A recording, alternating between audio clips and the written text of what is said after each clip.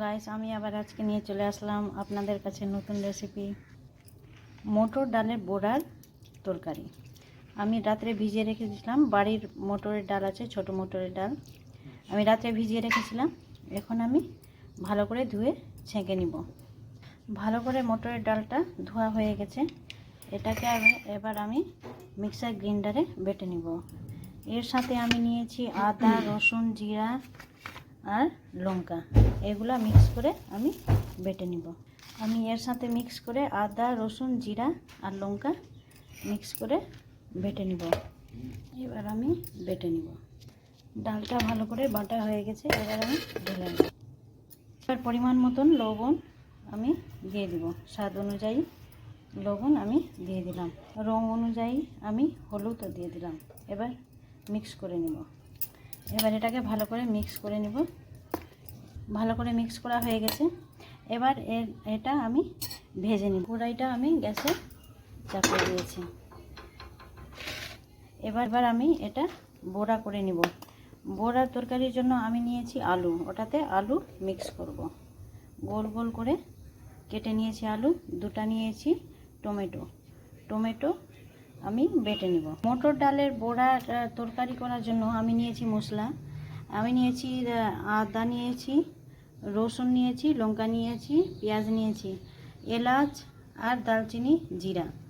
আদা, রসুন, পেঁয়াজ, লঙ্কা, এলাচ, দারচিনি আর জিরা আর দুটা টমেটোকে আমি মিক্সার গ্রাইন্ডারে বেটে নিব। এদিকে কড়াইটা গরম হচ্ছে, এদিকে আমি মশলাটা বেটে নিচ্ছি। মশলা নিয়ে নিচ্ছি, এবার আমি বেটে নিব। মশলা বাটা হয়ে গেছে ভালো করে। এদিকে কড়াই গরম হয়ে গেছে। এবার দিয়ে দিব আমি তেল। তেলটা গরম হয়ে গেছে। এবার আমি বড়া করে নেব। একদিকে হয়ে গেছে। এবার আমি উল্টে নেব। সবগুলো আমি উল্টে নিয়েছি। ভালো করে হয়ে গেছে, ফুলে গেছে, অনেক একদম ক্রিস্পি হয়ে গেছে। এটা তুমি মুড়িতেও খেতে পারো, ভালো লাগে খেতে। ভিজা মটরের ডাল, কাঁচা ডাল, মটরের ডাল মুড়িতেও ভালো লাগে। তুমি কাঁচা ছোলার মটর ডাল সব কিছু দিয়ে মুড়িতেও খেতে পারো। এই বড়া দিয়ে আমি তরকারি রান্না করব।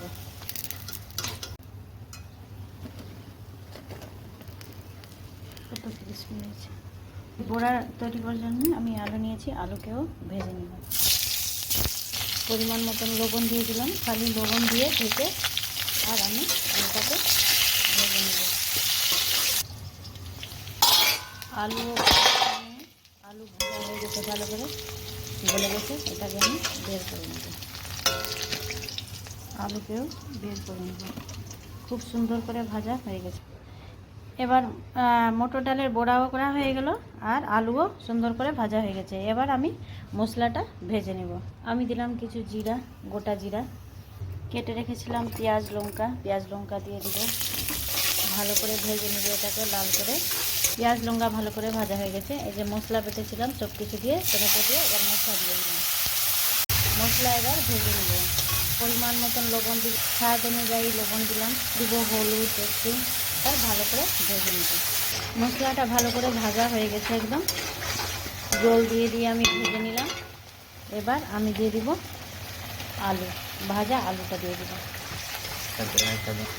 ভালো করে আমি এটাকে একটু ভেজে নেব।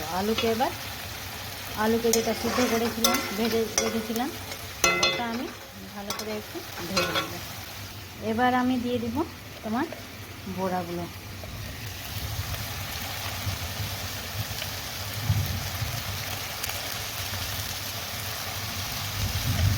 এবার বড়াগুলোকে একটু আমি ভেজে নেব।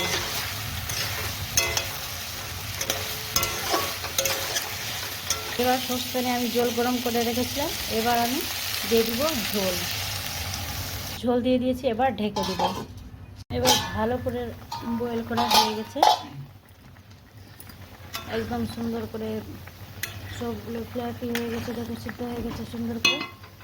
এবার কুচি করা ধনেপাতা আমি রেখেছিলাম, এবার দিয়ে দিব ধনেপাতা। বাড়িতে যদি বেশি সবজি না থাকে, আলু থাকে খালি, মটর ডাল দিয়ে এই বড়ার তরকারিটা আলু দিয়ে খুবই সুন্দর লাগে। রুটি দিয়েও ভাল লাগে, তোমার ভাত দিয়েও ভাল লাগে। একবার এই রেসিপিটা ফলো করে দেখবা, খুবই টেস্টি লাগবে। এখানেই আমার রেসিপিটা কমপ্লিট হলো। বড়া দিয়ে, মটরের বড়া দিয়ে তরকারি, বড়া দিয়ে তরকারি রান্নার রেসিপিটা আমার এখানেই কমপ্লিট হচ্ছে। ওকে গাইস, থ্যাংক ইউ, খুদা হাফিজ।